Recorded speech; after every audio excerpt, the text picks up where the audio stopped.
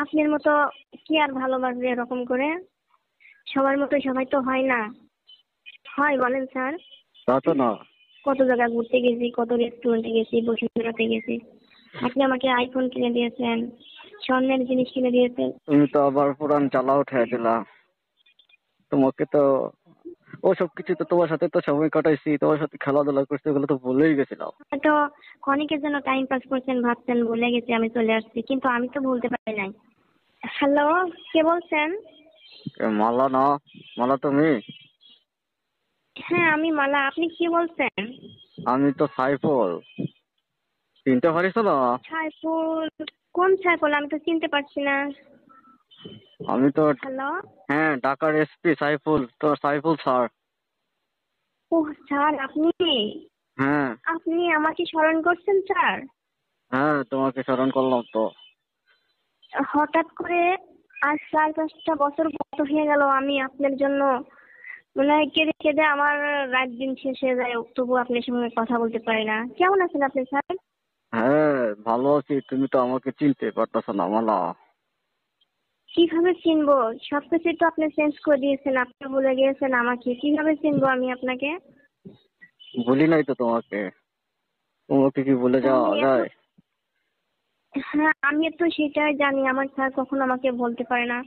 তারপরে হুম। 4-5টা বছর হয়ে গেল, আমাকে কখনো খোঁজ নিলেন না, আমি কেমন আছি, কোথায় আছি। তোমার খোঁজ কিভাবে নেব? হঠাৎ করে গতকালকে আমার এক অফিসারের কাছে তোমার নাম্বারটা পেলাম, তাই তো তোমাকে ফোন দিতে পারলাম।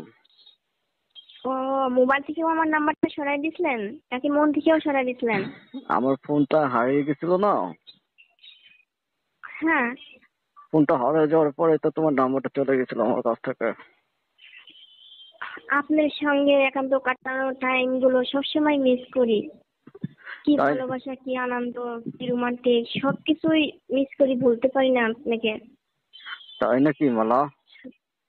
Hello sir. হ্যাঁ। হ্যাঁ, কখনোই বলতে পারি না, আমি প্রতিটা মুহূর্তে আপনাকে স্মরণ করি, প্রতিটা মুহূর্তে। এটা কি সত্য বলতেছো? হয়তো আপনি আমাকে আবেগের বশে আপনি আমাকে টাইম পাস করতেন, কিন্তু আমি মন থেকেই আপনাকে চেয়েছিলাম, অনেক ভালোবাসছিলাম। হ্যাঁ। যখন একসঙ্গে ডিউটি করছি, কত স্বাধীনতা, কত সুযোগ পেয়েছি আপনার কাছে। আর কেন? এখানে আমি শুধু কষ্ট আর কষ্ট, কোনো স্বাধীনতা পাইনি আমি। কেন ওইখানে কি আমার মতো স্যার কেউ নেই যে সুযোগ সুবিধা দিবে তোমাকে? না, আপনার মতো কি আর ভালোবাসবে এরকম করে? সবার মতো সবাই তো হয় না। হয় বলেন স্যার? তা তো না। মানে আপনার আমার সম্পর্কটা যে রোমান্টিক, যা কিছু হয়েছে, আমি কত জায়গায় ঘুরতে গেছি, কত রেস্টুরেন্টে গেছি, বসুন্ধরাতে গেছি। আপনি আমাকে আইফোন কিনে দিয়েছেন, স্বর্ণের জিনিস কিনে দিয়েছেন। শুধু এগুলোই না, আপনি আমার ভালোবাসাটাই ছিল অন্য রকমের। হ্যাঁ, তুমি তো আবার পুরান চালা উঠে দিলা। তোমাকে তো ওসব কিছু তো তোমার সাথে তো সময় কাটাইছি, তোমার সাথে খেলাধুলা করছি, ওগুলো তো ভুলেই গেছিলাম। আপনারা তো ভুলে যেতে পারেন, কিন্তু আমি তো কখনো এগুলো বলতে পারি না কখনো। তাই? হয়তো আপনি আবেগে, হ্যাঁ আপনি হয়তো ক্ষণিকের জন্য টাইম পাস করছেন, ভাবছেন ভুলে গেছি আমি চলে আসছি, কিন্তু আমি তো ভুলতে পারি নাই।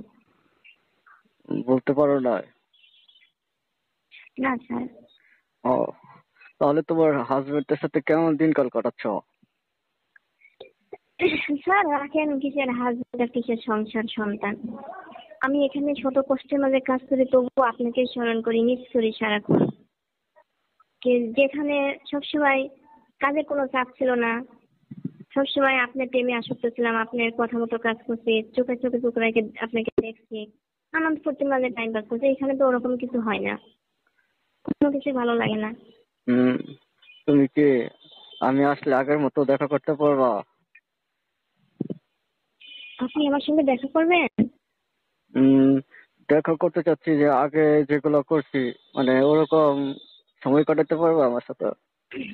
যদি তুমি তখন আপনি কি চিটাগাং সত্যি আছো না? সত্যি হ্যাঁ আমি চিটাগাং আছি। আপনি কি সত্যি সত্যি বলছেন আমার সঙ্গে দেখা করবেন, নাকি এমনি আমাকে ট্রাই করছেন জাস্ট? আর তোমাকে আমি ট্রাই করবো কেন, সত্যি সত্যি তোমার সাথে দেখা করবো, তুমি যদি আমাকে কারণ সুযোগ আপনি দাও।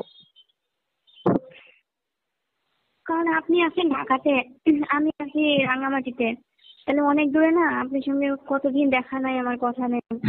সত্যি কি আপনি আসবেন স্যার? হ্যাঁ, সত্যি তো আসবো, তোমার সাথে খেলা করতে তো ইচ্ছা করে। এতদিন কিভাবে টাইম পাস করলেন? এই 4-5টা বছর কাকে নিয়ে খেলাধুলা করলেন? তোমার মতো কাউকে পাই নাই মালা। তাই? হ্যাঁ। ঠিক আছে, খেলাধুলাটা ওটা কোনো অপশন না। আমি আপনাকে ভালোবাসি, আপনাকে দেখার জন্য আমার মনটা অনেক ছটফট করছে। আসেন, আপনার সঙ্গে দেখা হোক, কথা হোক, আমরা রোমান্টিক আলাপ আলোচনা করি, কোথাও ঘুরতে যাই। ঠিক আছে, যদি তোমার সাথে আসি তাহলে কি কোনো সমস্যা হবে? তোমার না, কোনো সমস্যা হলেও সেটা আমি ম্যানেজ করব, কারণ আপনার সঙ্গে একান্ত সময় কাটানোর আমারও অনেক প্রয়োজন। আপনার মতো ভালো তো আমার স্বামী আমাকে বাসে না। আপনার কাছে যা পেয়েছে আমার স্বামী তো ওইগুলো দিতে পারে না, ওইগুলো কোনোটাই তার কাছে আমি পাই না। তাই? আপনি কি আমার বিশেষ প্রয়োজন কাছে পাওয়ার? হ্যাঁ স্যার। ঠিক আছে, তাহলে আমি দেখি সময় কাটিয়ে ছুটি কাটিয়ে আগামী সপ্তাহের মধ্যে তোমার সাথে চিরাং এসে দেখা করে, বুঝছো মালা? হ্যাঁ, তারপরে আমাদের কক্সবাজারের আগে গেছিলাম, ওখানে যেভাবে ঘোরাঘুরি করছি ওই দিনগুলো সবচেয়ে আমার বেশি মনে পড়ে।